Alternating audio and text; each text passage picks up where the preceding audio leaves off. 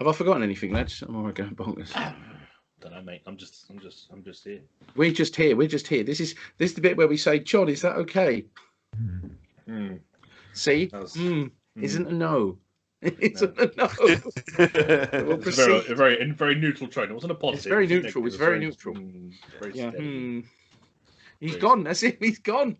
John is so upset. He's gone. That's it.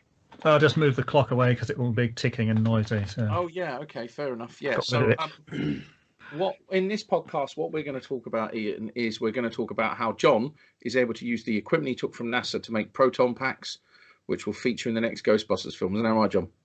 Yeah, that's it. Yes, I love Ghostbusters. Right. Should we just wing this then? Yeah, why not? You ready, lads? Yeah. And in 5, try and look interested, Dave. 5, 4, 3, 2.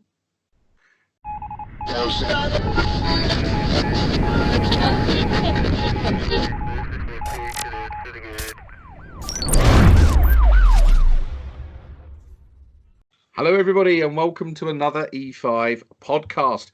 I am one of your hosts. My name is Paul Meenan. Thank you very much for joining us. And I'm joined by my tag team partners, not the Legion of Doom, but my tag team partners from Demolition. Introduce yourself. Hello there. It's David Watts, a.k.a. SparkyNinja. And the other one? Hello, I'm JW. Hey! And lads, we are joined today by an extra special chap who we've known for some time, and we've known his entire family for some time. Please introduce yourself, sir. I'm Ian Arbuckle. I'm the managing director of Lianian. We make Lianian Fire Clips. Lianian Fire Clips. And I happen to have in my drawer somewhere a bag of Lianian Fire Clips. If I can remember what drawer I put them in. I've got a shelf. I've got a bag of Lianian Fire Clips right here. So we have another manufacturer on, chaps, and you're not sponsoring us, just so that everybody is clear. You are not sponsoring this podcast. But we thought we'd get on other manufacturers to talk about really important subjects, and fire safety, premature collapse, whatever you want to call it, it's really important. And I think, especially in these times when people aren't maybe necessarily in their places of work, it's very difficult to maintain and service and ensure safety because of the social distancing. There are a lot of guys out there maintaining, they may be by themselves. And there are cases of fires. We know that it's in the news. So if anything, there's more consideration that we need to think of. And I think it's also fair to say that every single plan and risk assessment that you've got out there, nobody considered what's going on at the moment. Contractually, I definitely, without a doubt, think that this coronavirus nasty thing is a force majeure. I'm not saying it's an act of God, but it's something that maybe we didn't predict, or we maybe were flippant or hesitant in predicting it and mitigating accordingly. Now we're slap bang in the middle of a lockdown that doesn't seem to be ending anytime. So we thought we'd talk about fire clips. But before we do, Ian, if you could maybe just tell us about yourself, your background, why you set up the company, go for it. Yeah, absolutely. Yeah, so I'm an electrician to trade. I left school at 17. I did my apprenticeship in Scotland, the SVQ level 3. Qualified, worked as an electrician and became a project manager. I went to night school. I did my engineering qualification. I became a consulting engineer doing electrical design, mostly in healthcare. I did that up until 2015. Whilst all that was happening in my life, my father, very clever man, invented the original Lianian Fire Clip, and he sold it through his wee wholesalers in Glasgow. And in 2015, my sister Lynn and I, Lynn and Ian, we came together with Lynn's experience in sales and the construction industry, and we decided to take the product to market. It wasn't just off the back of let's start a business and do this. As you guys know, we were kind of looking for something we could do that we could potentially make a difference, and we knew that our dad had this product sitting there as well.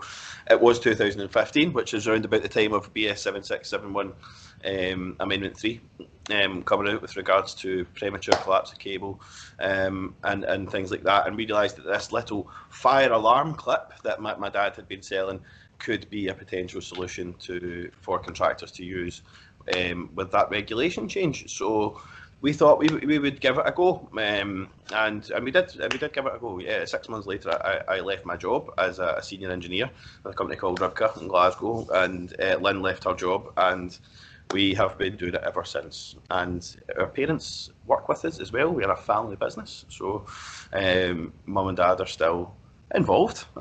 You've seen them at trade shows and things like that. So, and here we are today. So family business, which I love. British company, which I also love. Forgive me for saying this, but I've always said it. I will always buy British. I'm a big fan of supporting British economy, British contractors. I genuinely do believe that in a global economy now more than ever is a time to keep your money local, stimulate your local economy, look after your local businesses. I've always been a big fan of that. Maybe that's just because I'm old-fashioned. But yeah, so has it been worth it? Have you enjoyed the journey, or has it been a tumultuous one? I think it's got its challenges, like anybody in any kind of job will tell you. But you know, ultimately, it's very rewarding to see your product being out there and being used in practice in the market and getting the feedback that we get on the product that it is good at what it does. It is one of the best products to be using for this job. But you know, apart from that, it can be stressful. I'm not going to lie. I think everybody that runs a business will tell that to you. But as long as you live your life the right way, and you try to remain positive and do the right thing and be a good person, then you'll get on okay. And I seem to be getting on okay. Yeah, I think so. Just for those listening, because this is obviously an audible podcast, but everybody's watching on YouTube. Hello, everyone on YouTube. Everybody asked so they could see us talking and see us with different stuff. The regulation you spoke about earlier on, 4211-201, which was a UK specific in Amendment 3, which was the yellow book, which is sat on the shelf behind me. It said within domestic households, premises, consumer units and switchgear assemblies shall comply with a BSEN standard that should have their enclosure manufactured from non-combustible material. But then there was also regulation 52111, and it said wiring systems in escape routes shall be supported, so they will not be liable to premature collapse in the event of fire. And is it right to say, Dave and John, that the shit hit the fan when that everyone kicked off massively when that happened? Really? I don't know. I don't think the industry did enough when it happened, really. Do you know, I think the amount of arguments I saw on social media and people going, oh, this is stupid, oh, this is just dumb, this is, who's going to pay for it? And I used to sit and think, if you're seriously moaning about steel tie wraps or some sort of fire clip and the cost of that, then your whole business model is FUCK'd as far as I'm concerned, because it was just awful. And that's probably I'm sounding quite privileged now because my background's railway, London Underground. So we learnt from, when many people died at King's Cross about premature collapse and the importance of safety to firemen and all the rest of it. But I just thought it was awful, the really shitey attitude that came out of a lot of Sparks over this. I mean, John, it still comes out now. It does. Yeah, I mean, there's one area that I see, which is blocks of flats, and a lot of them, they've had the lighting and the community areas replaced. And in the past, it was usually just done with like plastic mini trunking and the self-sticky stuff. Yeah, and I've even seen it when it was just literally just the sticky stuff on its own with no screws. So obviously that's going to fall down in like 2 seconds. Or one or two conservative screws. Yeah, so that kind of stuff is surprisingly common. And and unfortunately, it's all crap, and it was crap even when it was put in and when it allegedly applied. It's not as if it suddenly got this way. It was rubbish anyway. It's just it was done cheaply, down to the lowest price. Do you know what, John? You've hit a nail on the head there, because I years ago, I mean, probably around the 2001 to 2003, I worked in quite a lot of social houses and stuff, doing bits and bobs, and I saw so many homes rewired in MT2, so many houses wired in surface mini trunking, because it was the old concrete with the old imperial conduits buried in the concrete, and rather than reuse them or try and fish cables, it was cheaper and more efficient. Everything surface, surface. And what Dave said was bang on. 1 or 2 precarious screws, and it was enough for the guy to walk away. And these were in kitchens. So these sticky back trunkings that they were using, they'd be peeling off, warping, doing all sorts of shenanigans. And I'd love to see the statistics for councils on go-backs to houses where the cause has been trunking collapse, cables sagging. I'd love to see if they ever collected those statistics. What do you think, Dave? Well, again, when I was on the tools in the local authority, we were seeing this. We were seeing contractors all fighting for the contracts, and it wouldn't always be the cheapest, but it would be one of the cheapest couple. And the work would always be surface, quick, bish bash. We had blocks of flats, all wired in MI. Yeah. Concrete walls, concrete ceilings. And I had to go to a wholesaler, and I tried to get, this dado trunking. So it's like a cornice trunking, which goes around the perimeter of the ceiling. Yeah. It looks like a cornice, but it's actually trunking. So I had to try and spec all that. And then everything dropping down from those or across from those was just sticky stuff. That's what the contractors ended up going in with. And as you say, when you come to then fix it, it is just coupled for consideration, really. Yeah, that's not great, is it? That's not great. I mean, I've just rewired my house, and I put two 20mm conduits to each socket, two 20mm conduits to each light, because I try and future-proof it for the next bloke. Even under the floor, I had this OCD when I was rewiring my house. So I actually have this. There's a Lianian Fire Clip for you. This is a 25mm one. So I've got the 20mm conduit version. And what I've done is underneath my floor, I've actually drilled, fixed it, and then I use this as a hanger for my comms, my Cat 5s. That way they're not lying on the floor, to be honest with you. I didn't want to clip them all, so I just stuck this in and made a nice little straight cableway. So I could just hang 2 or 3 data cables underneath the joist. And that's what I did. Yeah, they got some really good use. I mean, this is underneath a floor of a bungalow. I didn't need to, but I just found that this had a use of creating a nice little cableway that was, out of sight under a floor, rather than having mice climbing all over them and trying to strip the cable for insulation for their nests. It doesn't have to be above you. It can be underneath you as well, and just a good practice to use them for. But that's just my personal view. I think you did a good point there, Paul. Is that you've hit the nail on the head, so to speak, in terms of you need to use your common sense when it comes to these things. And I know that's a bad word these days, but our point of view is that if there's any kind of risk of anything collapsing, regardless of whose products you use, it's your responsibility as an engineer to make sure that it doesn't. But that also goes for, as you say, you're using steel conduits to go down to your sockets in your houses for a variety of reasons, but accessibility, protection, all of these things that you're doing it for, to me is common sense. And there's an old-fashioned engineering mentality whereby you do your best job all the time, and an engineer's an engineer. It doesn't matter what your trade is. If you're an electrical engineer and you get given some structural calcs to do, suck it up and get on with it. And I think that's kind of dying out a little bit, and that's what we're seeing. And these trunkings get flung everywhere and all that sort of stuff, and it's sad. It's the same with things like software. I can spend half an hour teaching a guy how to do a cable calculation, and some idiot in the room will go, "I've got an app that does that." You're just disconnecting from actual competence with all that. Yeah. Listen, I get the hump when I see countersunk screws used on trunking. I've got an OCD for the right screw, the right fixing. If I see 3 or 4 different types of screws or heads, I absolutely go ape.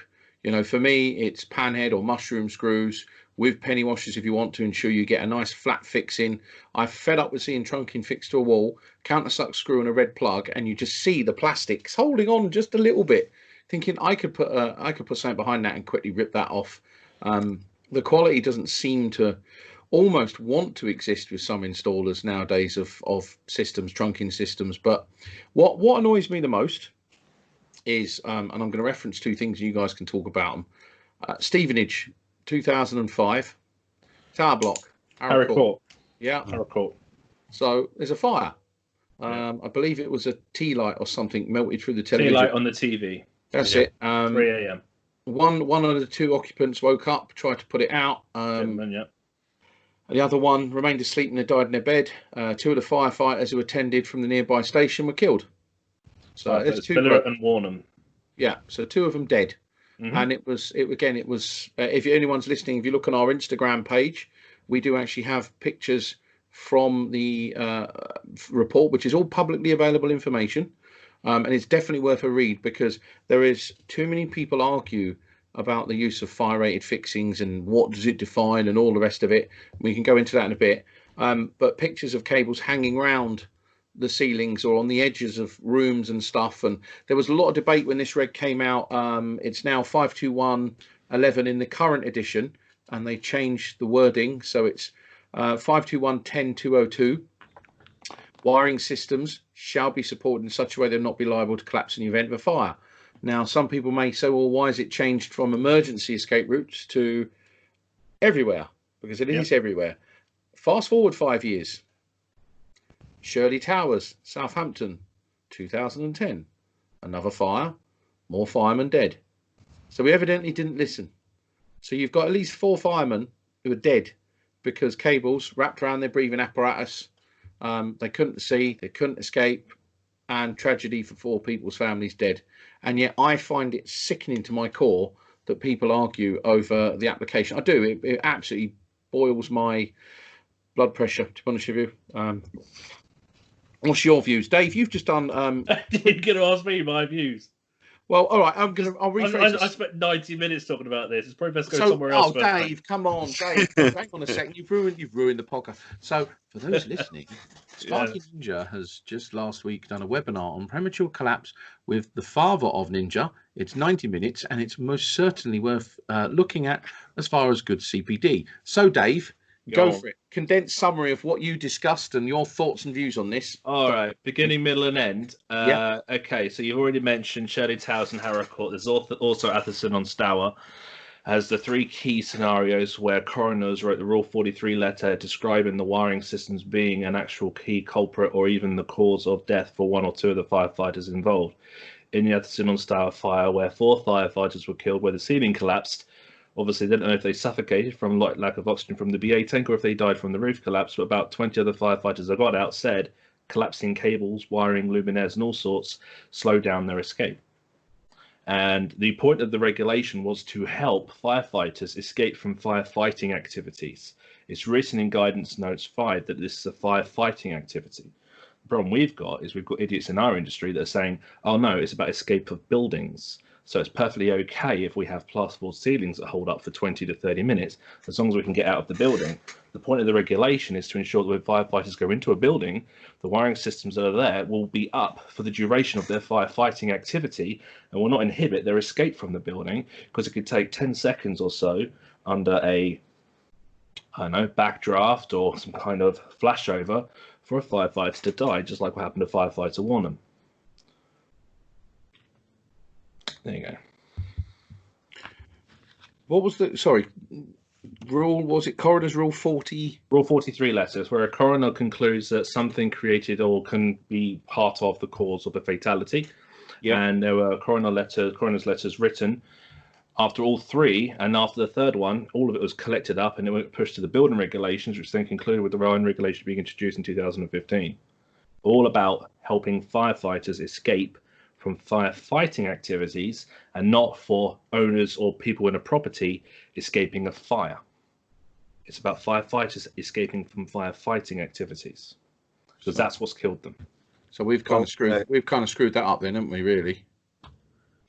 Well, it's probably relevant that, during this time scale of these incidents happening, firefighters in the UK were issued with special cutters for cutting themselves. Little slips on their BA tank to their helmets. Yeah, swimming techniques to get themselves out of pools of cables, etc. And this is all just because people aren't fixing cables. Well, here's the scenario. Right? Codebreaker.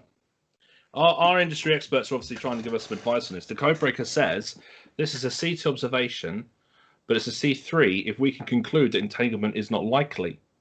But if you listen to the actual podcast, the webinar that I did with my father, who was an 18-year career station commander, basically firefighters don't go in a building and go across a room to the next door in that room. They actually go around the room. They actually feel. They can't see. Electricians aren't trained to be able to determine and assess risk for how firefighters fight and tackle fires. So we cannot actually look at wiring systems and determine the suitability for premature collapse will or will not result in entanglement if we don't know how firefighters tackle fires. Yeah, goes on to the plasterboard scenario. Okay, we say plasterboard ceilings are absolutely fine, but first thing that you can actually do in a fire is push water onto the ceiling to I think he called it dancing angels, which is where you have a flashover. This is where you introduce oxygen into the fire, and the room can go upwards of more than 800 degrees very easily. So they throw fire in there to push that back. You've got a warm ceiling, you've got a plasterboard ceiling, that ceiling will end up coming down in the majority of fires. And cables will come down if they're just resting on top of them. It's quite common to hear that, you know, cables within a plasterboard ceiling, it's 30-minute rated plasterboard as well. 30 minutes is nothing. Who can possibly determine when a firefighter is going to enter a building during the discussions? I mean, what you got to remember is obviously, you know, you have a fire, you have a shout, you have people evacuate. The fire authorities have to arrive. They then have to assess risk. It's always dynamic. They've got to determine if there's a life to be saved, and sometimes they've got to get the water. They cannot get into a property for 20 to 30 minutes in some cases. You know, and so when look at this, yeah. Sorry, I was just going to say, if you look at the, or if you speak to any plasterboard or you know, timber construction manufacturer, they will tell you that the 30-minute rating on the plasterboard isn't 30 minutes. 30 minutes is how long it takes for the fire to consume the void above the plasterboard. The plasterboard actually fails to a point where cables could collapse around about 23 minutes. So a lot of that time, the fire brigade haven't even arrived before the cables and the plasterboard are compromised. But again, I mean, the plasterboard thing really is they try to throw that to help us think about escaping from a fire. Firefighters will douse ceilings and they will come down. So where do we get then, forgive my silly, stupid approach here, but so there is a perception in our industry that in most construction is if you're building a new room and you're not using traditional block technique, for instance, where you can define the thickness and type of blocks, you would go with a single skim or a double skim of plasterboard. And that would give you or afford you 30 or 60 minutes fire compartmentation, whatever term you want to use. That's compartmentation to stop that fire spreading to the next building. That will not tolerate the actual firefighting activity, which is a firefighter spraying water onto that surface. Right, that I get. That I totally get. Because the minute you put a jet hose on it, it will blast through it. I've seen loads of student accommodations being built over the years where they're effectively a bit of wooden stud and plasterboard either side. And that's it on every single floor. They're nothing, which is why then neighbours complain and end up paying for insulation to be putting in and sound barriers and soundproofing. And for years, fire has always fascinated me. But going all the way back to London Underground, 1987, the King's Cross fire, which killed, I think it was 31, 32 people.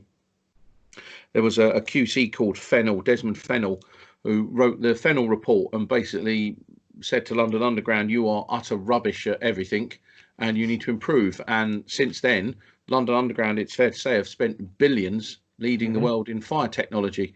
And a lot of the standards and the testing that they've done has pretty much created an environment where, you know, I mean, recent terrorist attacks, you know, the tunnels took the blast, the cables took the blast, the trains, you know, I'm not saying they're blast resistant, but from a fire propagation, they did pretty darn good.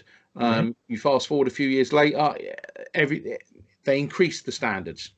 I mean, I was working on Shepherd's Bush and they introduced a standard 1084 fire performance of materials, and that every single cable we were using failed the performance criteria. And the performance criteria was like smoke emission, ash drop test, toxic fume test, and chemical emissions. And you had to take like a 2 meter length cable. You had to then subject it to intense flame for at least a minute or two, and then see what the results were. And there'd be all these devices that would measure and monitor it. Because basically these cables, they wanted them as fireproof as possible, to an nth degree, where it is probably the leading standard in the world, or it was one of the leading standards in the world for fire performance technology and how to assess it and how to improve it. And I know, Ian, you've gone through this with your cables, haven't you? Yeah, we have. We've gone through it with the clips, yeah. obviously, if you want to see your products used on London Underground, you have to adhere to the standards there. I mean, you're absolutely right in terms of they are light years ahead on the London Underground standards, as far as I'm concerned. To take the detailed look that they took at our product in order to look at the approval was incredible. You mentioned smoke emissions there. I mean, it's a tiny little cable clip, you know, but yeah, we still underwent the testing to make sure that there was no toxic fumes or excessive levels of smoke emitted from the product when it was being burned in a fire. So that test itself, for our product anyway, showed that for our product to have any kind of impact on that in an underground tunnel environment, you would have to have something, I think it was something like 300 or 400 clips within a 10 centimetre by 10 centimetre space. So, you know, the safety elements there, but there are some materials out there where a very small section of it burning could potentially emit toxic materials that could potentially be fatal to dozens of people, you know. So having these standards in place at the level of stringence that they've actually got at the moment is massively important, and they are light years ahead, like you say. Do you know what I find amazing is if anyone gets a chance to download the standard, it's called S1-085, and I have never seen a railway standard where they will quote you a clause for, say, a cable. So they'll quote a cable standard, and I don't know, let's just say, let me pick a standard here, 6853 or something like that. They will then create a subtable, and the requirements of that cable for fire performance, they then put their own standard requirements, which is pretty much 2 to 3 times what the British standard is. So, and I've never read a standard. They have a materials technology guru who's been there for decades, and he's a genius on fire performance. Somebody must have obviously post King's Cross gone in there, like BRE do, simulated the conditions. Yeah, London and Underground just determined determined the higher standard test conditions to meet. London Underground used to have something called an engineering directorate, and it was at the time like the best minds, the best engineers. They've actually got rid of them because they didn't deem them cost efficient. But in the time that they had that galactic empire of engineering excellence, they'd spent a lot of money doing all their own testing and defining their own criteria. So they'd look at the results, they'd go to these factories and go, I could see smoke off of that. That's not good enough. That's not good enough. And this is how weird it is.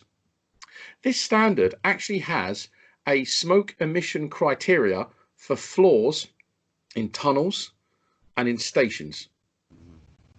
How mad is that? So if you pour fuel on a floor, they've got then a criteria for how much smoke that floor surface is allowed to give off, never mind with the accelerant.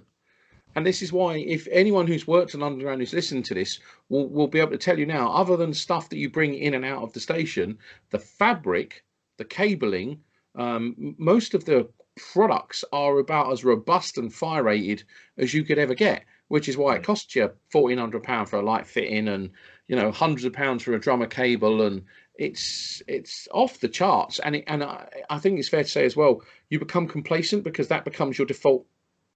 I mean, when we were using connector blocks, we weren't using connector blocks, we were using porcelain blocks. Yeah, plastic connector blocks were banned. Porcelain blocks, fixed base, in a 4x4x4 galvanized junction box. That's what you used. Conduits passing through wall, intumescent mastics. You know, this stuff was being used 15-20 years ago on London Underground. Now people are doing flats and having to put those fire seal type things behind their socket boxes and going, why am I doing this? How do I comply to building regulations? So I think there's a lot of fire education that's missing from the electrical trade, and I find it quite exciting that people are debating this. I think I do. I find it really good that people are talking and engaging. Unfortunately, though, a lot of people who argue it or debate it don't like anything that results in change to the norm. And I've got absolutely no problem with someone challenging or opposing something, as long as they can then provide a reference, provide a resource, provide an article provide something, but a lot of people are still just objecting to a lot of these requirements, a lot of these things, without actually providing any kind of argument for it. I have one. So I generally would say to those people, you're an uneducated twat. Shut up. And I'm a client, okay? And if a contractor comes to me and I say, oh, what fixings are you using? And they say, I'm using plastic screws and a plug and tie wraps, you're an uneducated twat. Now, I'll be nice to them and suggest that they use the appropriate fire rated fixings and all the rest of it. But for the ones that are arguing over it, people's lives, man, people's families, this isn't a heartstring tugging exercise. This is what you said earlier on, Ian, common sense. And we know common sense in the United Kingdom is not common anymore. No. It just isn't common. And this for me is an engineering logic. If we need to protect the firefighters, and again, and I will clarify this, for those thinking, oh, you're just being an arsehole. When we select and erect any electrical installation correctly, taking consideration its intended use, the external influences, and what the end goals are, we should always consider its operational use, and including, worst case scenario, there is an external influence of fire. In places of high risk, tower blocks, railway stations, we should, by logic and default, be going, if there is a fire and there's someone needs to be rescued or there are firefighters in there, we should take all reasonable steps to protect. I cringe when I hear people say, yeah, well, mate, just stick some band round. Just stick a bit of banding round it, that'll do. Really? Really? You can't use, and I'm going to open up the debate on the plastic plug and screw. You can't use them on London Underground. Unless you're fixing, the only time they're actually allowed is if you're fixing like a pamphlet thing to the wall. And that's only back of house areas, not public areas. Public areas, the only thing you can use is fire rated Chemfix and studs. And they've got to be, no, you're not allowed any single point of failure. So you can't have just one bracket going up and then a cantilever. That's single point of failure. You have to have trapeze style. Yeah.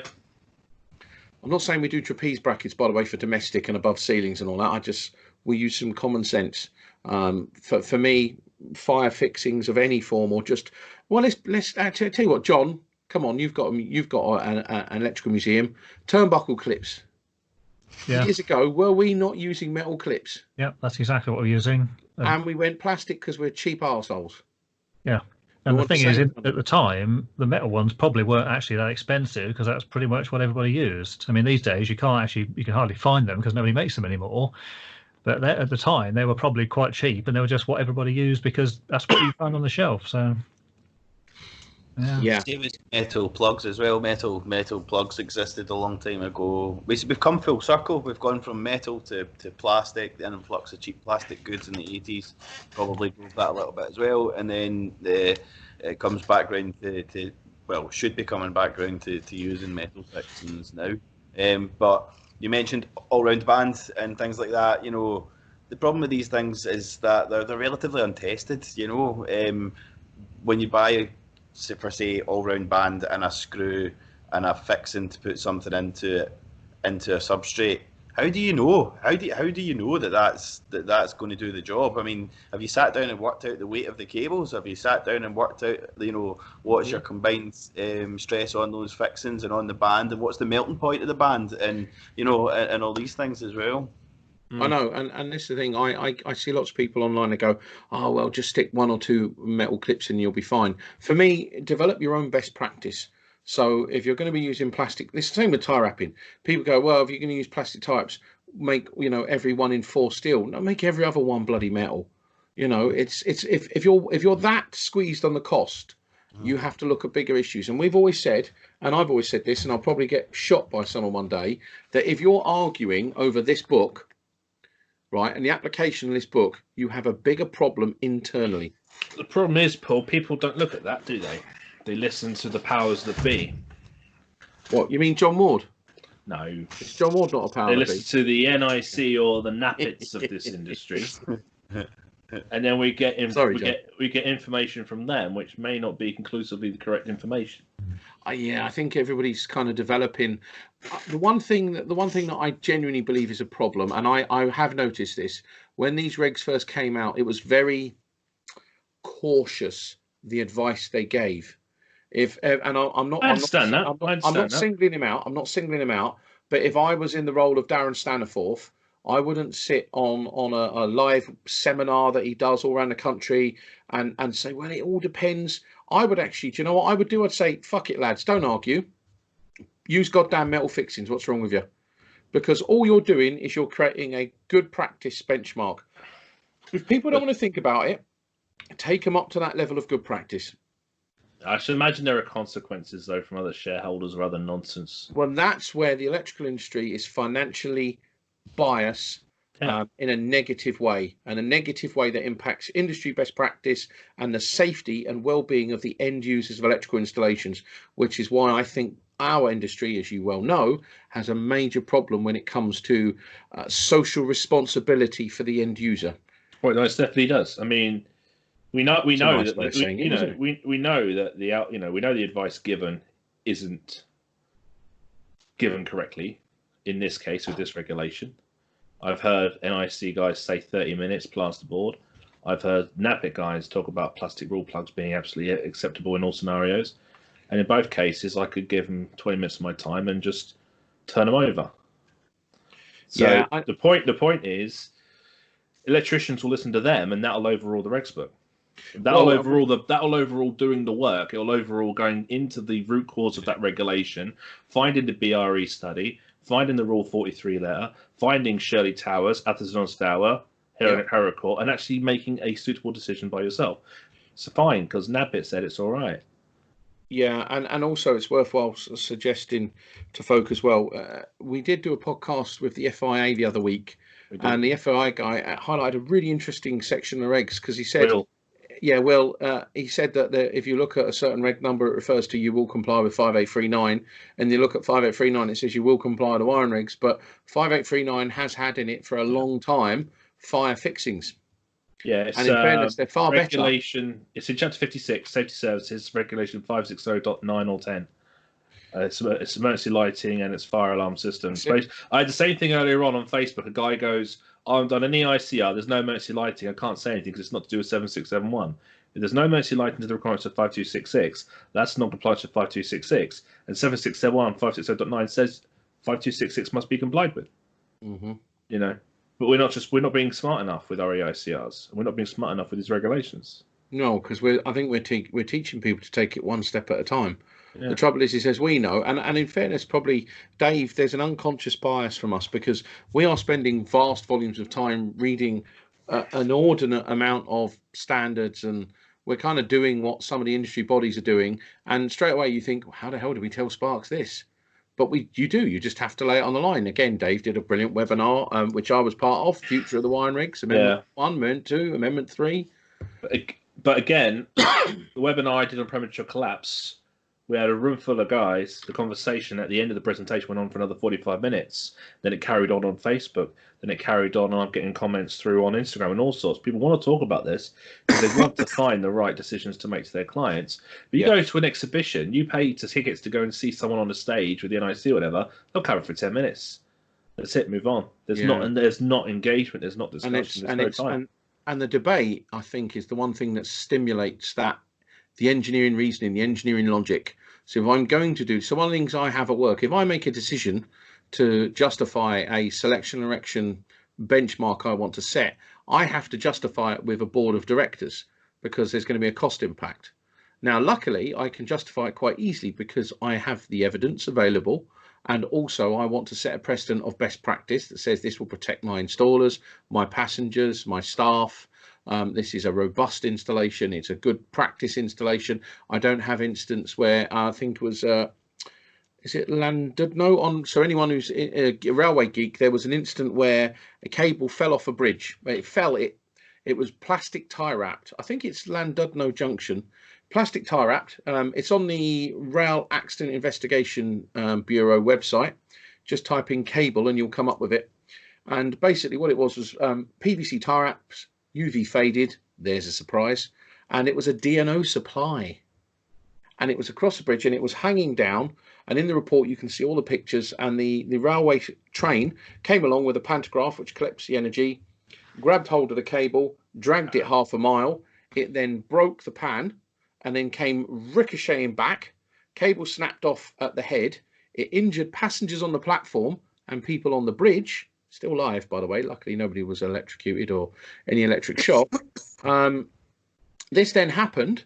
And long and short of it is, right at the end of it, there was this big national, you will go out and check all these bridges and all this malarkey, and a beautifully sarcastic note at the end from the author, who I know, basically said, just note, they put the cable back up using PVC tie wraps. They learnt nothing. They learnt nothing. But from a precedent, injury occurred, advice was given from a independent body which can set, which does set a tort, a precedent in law, where if I go around and I had an incident on one of my railway bridges where the exact same thing happened, and I went and I put, everything was still tie wrapped. Those cables are never coming down ever, period. You know, you're just not there unless their life expired and they're being ripped out. They're never coming down. I learned from that, and the cost was, you know, a little bit higher than going and doing plastic, but I justified it by using this report and assuring my business that that wouldn't be a point of failure because of the operational disruption or the harm to passengers. And I think that's where that engineering logic, using examples of these incidents, tragically, people have to die for us to... It goes back to the Rule 43 letters, isn't it, where coroners can write things to go through into legislations and codes. And those Rule 43 letters can be Googled. You can read them. And they are actually issued to the JPEL panel. And it effectively, very politely says, can you please do something about the next edition of the wiring regs? Yeah, the biggest issue with this one in particular, this wiring regulation, is we're confusing the point. And again, the point is protecting firefighters so they can escape from a firefighting activity. That's the point here. Because it's in the firefighting activity that the firefighters couldn't escape. You know, it was up in Shirley, you know, we had Harrow Court, we had firefighter Warner and Miller. One of them guys died instantly because of the flashover, but the other guy was found outside the flat, and he had fire alarm cabling in the palm of his hand. Oh wow! Yeah, it was found in the palm of his hand. We know what happened at John Stour, and in the other one, the Shirley Towers one, we had a team of firefighters go in, and they took the right wall approach. So they hugged the right. They went up the first set of stairs. Another two went in to handle the hoses, and it was those two that died when they opened up the doors and introduced oxygen, and they died on the stairs because of the cabling, inhibiting their ability to escape. When that temperature rises, yeah, they need to get out very, very quickly. And if they're entangled, they can't escape. They collapse. They can then run out of air in the tank and they suffocate. Yeah, it's scary stuff. John, what's your thoughts on this? Sorry, we've been chit-chatting away. Yeah, I mean, that webinar you did, I think an important point in that one was that which I didn't know, and lots of people probably don't know, is that when fire people go into a building and they're going down the stairs, they're going down the stairs backwards with all this breathing apparatus on their back in the pitch black. So if there's cables hanging down, they're going to get tangled in them. It's not a question of they might. And in the actual regulations, it says wiring systems hanging across access rigorous routes may hinder evacuation and firefighting activities. Well, it's not may, is it? It will, because if it's hanging down, it's going to get tangled up in these people. It's not going to be a might possibly do it. So it's going to happen every single time. And then the other thing here is that you've got cables installed in or on steel containment systems are deemed to meet the requirements of this regulation. So you put your steel trunking up or whatever else.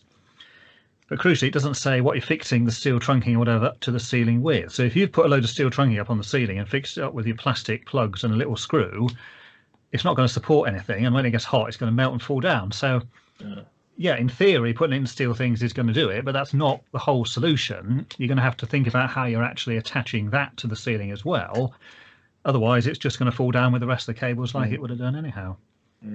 It's the plastic plugs that's the hardest thing, I think, for many, because a lot of the industry hasn't stood firm and actually gone with that. Again, it must be due to some kind of conflict, some shareholder interest or something, but they've just not grown up there and said tests so that they weaken. It doesn't mean fire equals failure, but the test showed that they weaken. One failed and many were weakened. And as you just said, John, if you then apply a mass or weight to a weakened fixing, it will potentially fail or collapse. Yeah, I mean, in that webinar, you had that image of some tests that had been done with various cables on the ceiling of various types, and then some failed and some didn't fail. But the problem with those is it was just a single cable attached to the ceiling, which of course weighs very little. And the weight, it was just a little bit of weight, and there wasn't a good fixing on that. There wasn't a lot of weight on them. But if you've got like 100 by 100 trunking stuffed full of cables, that's going to weigh sort of 50 times more than the little thin cable, but it could be fixed theoretically with a single screw, just like the cables were. So so I've seen a number of bad ideas from people trying to say, no, it's fine. They go, oh, is fire now hotter? That this is now a problem, or they're saying, oh, but if the raw plugs are melting, they'd assess that before they go into the fire to tackle the fire. And I was like, firefighters, when they arrive at a fire, they're not going to suddenly take 5 minutes to just determine if the fire, if the raw plugs are melting. That's not the strategy. So, sorry, and I spoke over you. No, I was only going to say that we did some testing on it as well, to be honest with you. Nothing to the extent that obviously, places like BRE and things like that can do, but looking at a plastic plug within a substrate, substrates can heat up a number of ways in a fire. They can heat up from below, where the heat is being directly applied to the plug, the screw, the substrate, and everything else, or they can heat up from the other side, from the reverse side, whether it's the other side of a wall or ceiling or something like that, which can be just as quick as well, because often the plug's situated closer to that side than to the other side as well. So for me, I mean, okay, let's put aside for 1 minute that we sell fire resistant cable clips.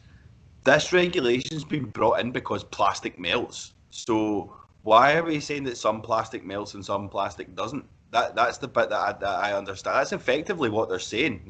Plastic cable clips melt, but if you put the plastic behind the cable, it magically doesn't melt, and it makes no sense. For me, it comes back to, if you're an engineer, you should be carrying out a risk assessment for every project that you are going to, no matter how big or how small.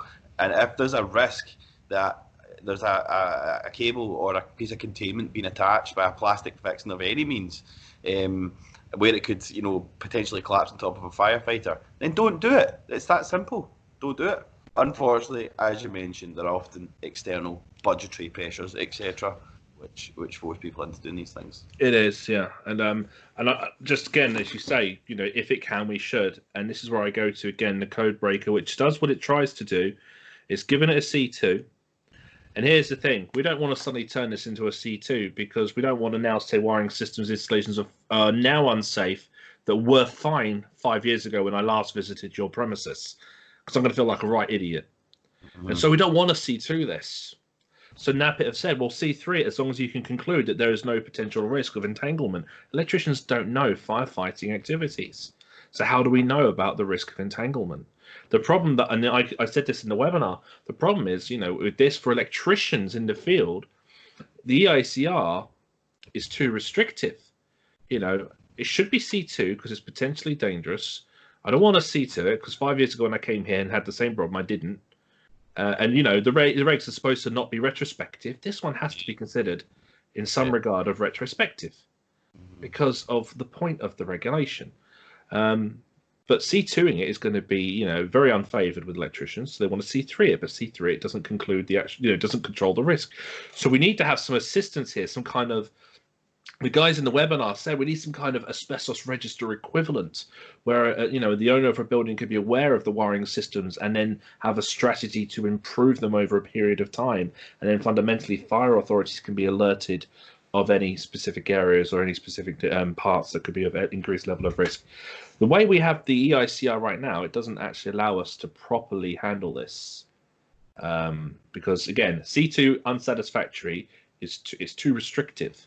We should be able to see to it, but still, potentially give a satisfactory report for a client if there's no other foreseen risk, and give them some other level of control, some other kind of support, risk assessment, something. Yeah. Because what we've got right now is just too restrictive. Paul is really reading something. He's like, I am speed reading 286 pages of the Fennell report from London Underground, and it's just damning. Chapter 13 is a really good read, and it's the lessons learned, and it it starts off really kind and it just destroys London Underground's management.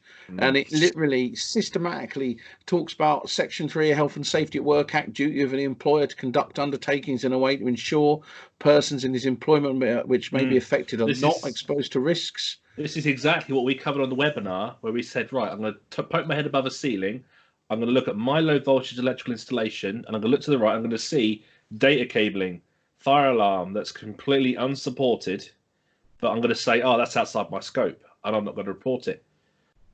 As you just quoted there, Paul, under the actual Health and Safety at Work Act, there should be a duty for me to actually report that risk to the client. There is most certainly a duty, and the trouble is this report, it talks about the ethos of London Underground and past fires at Oxford Circus, which in all fairness I completely forgotten about because there were previous fires, and it's frightening, to be honest with you, because this line here, page 119, it says the evidence of the documents produced by London Underground, the evidence of the witnesses showed that London Underground was not justified in making such unqualified assumptions. They were as complacent as hell. There was a toxic culture in London Underground of just that'll do, that'll do, that'll do. We've recently seen the emergence of potential toxic culture within the cladding of buildings, high-rise building refurbishments, and it's fairly evident to anyone who works in construction there are many, many toxic elements to the construction industry, from the bullying culture of management, the program risk and cost being key culture, the procurement strategy culture of unqualified and incompetent persons procuring the cheapest over the quality or the safety or the compliance. All it needs is one mistake made in a document 2 years ago, and you can end up with, and I'm going to quote the IET president here, Dr. Peter Bonenfield, who stood up at his president's address and he went, who on God's name thought it was a good idea to wrap a high-rise building in a cladding that could catch fire? Loads of people, evidently. And do you know what? That hits the nail on the head, because years ago, nobody would have batted an eyelid to an extent. A lot of people would have frowned. Now, it's just, you wouldn't ever do that. How many buildings in this country have we got? How much work is being done to action it? Not much. How many residents are getting told they're going to have to pay for all this? There is we live in a compensation culture, but where's the reciprocity on the people that have done the work, that made the mistakes, that the companies that quote the Underground report were not justified in making such unqualified assumptions? It's frightening stuff, and I do think that statement alone can apply to a lot of the electricians that are arguing. They are literally unjustified. Sorry, they're not justified in making unqualified assumptions. Again, I said to the guys I nearly had an argument in my own Facebook group. It got to that point. There were a few of us in there that were kind of trying to, but some guys obviously hadn't seen the webinar, but they were still trying to say, oh, screws don't get that hot. It's fine, not a problem. And that, I basically said, look, show me the thing that says this. But it's just just very quickly. So from the Fennell report, one of the things that came out of the Fennell report, and we used to do fire training. So to work on London Underground, you had to, if you were a contractor, you had to have used a fire extinguisher, which was great because you had to physically hold it, and it was controlled, and you had to do a fire watchman, and there was all different grades of fire engineering knowledge. But for those who are listening, and we could probably do a podcast on this alone, there's obviously Part B of the building regulations deals with fire safety. Then you've got BS 9999, and then there's a suite of other standards there. You've then obviously got a quantitative risk assessment. A lot of people seem to think that fire safety is about the fire risk assessment done under the regulatory reform order. And the regulatory reform order is for existing infrastructure. If you're doing new or an alteration to an existing, you will apply fire engineering, which is that applied judgment based on evacuation, property of persons, etc. The trouble is they never go into that level of detail. And I genuinely think there needs to be a line item in Part B or BS 999 that clearly says building services shall be protected or shall be installed in such a manner that they protect firefighting and rescue personnel. I think that's where it needs to sit, not in the wiring regulation. I mean, well, the wiring regulations can repeat it, but if it appeared in BS 999 and Part B, you wouldn't get as much arguments, because the building inspectors, the clerk of works would be on it. They'd be on it in a heartbeat. And if you look, I'm going to quote it's worth mentioning the actual Rule 43 letter. The actual coroner did request it be pushed to the building regulations. Oh, well, there you go. It was actually requested to be introduced to the building regulations, but it's in BS 7671 where it ended up.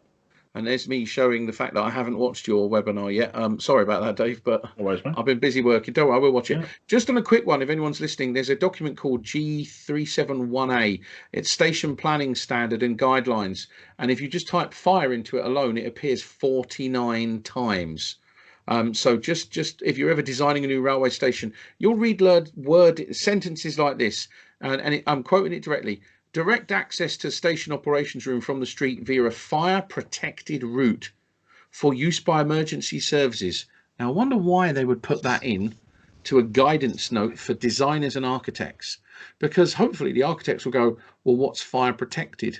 Do we need to ensure that all the systems and services and the physical structure can resist fire for X amount of time? And on railways, what you'll find is, especially London Underground, you'll find that switch rooms have a minimum of 60 minutes to 2 hours, substations are 4 hours, and anything that's evacuation route should be a minimum of 2 or 4 hours. There's some rules of thumb.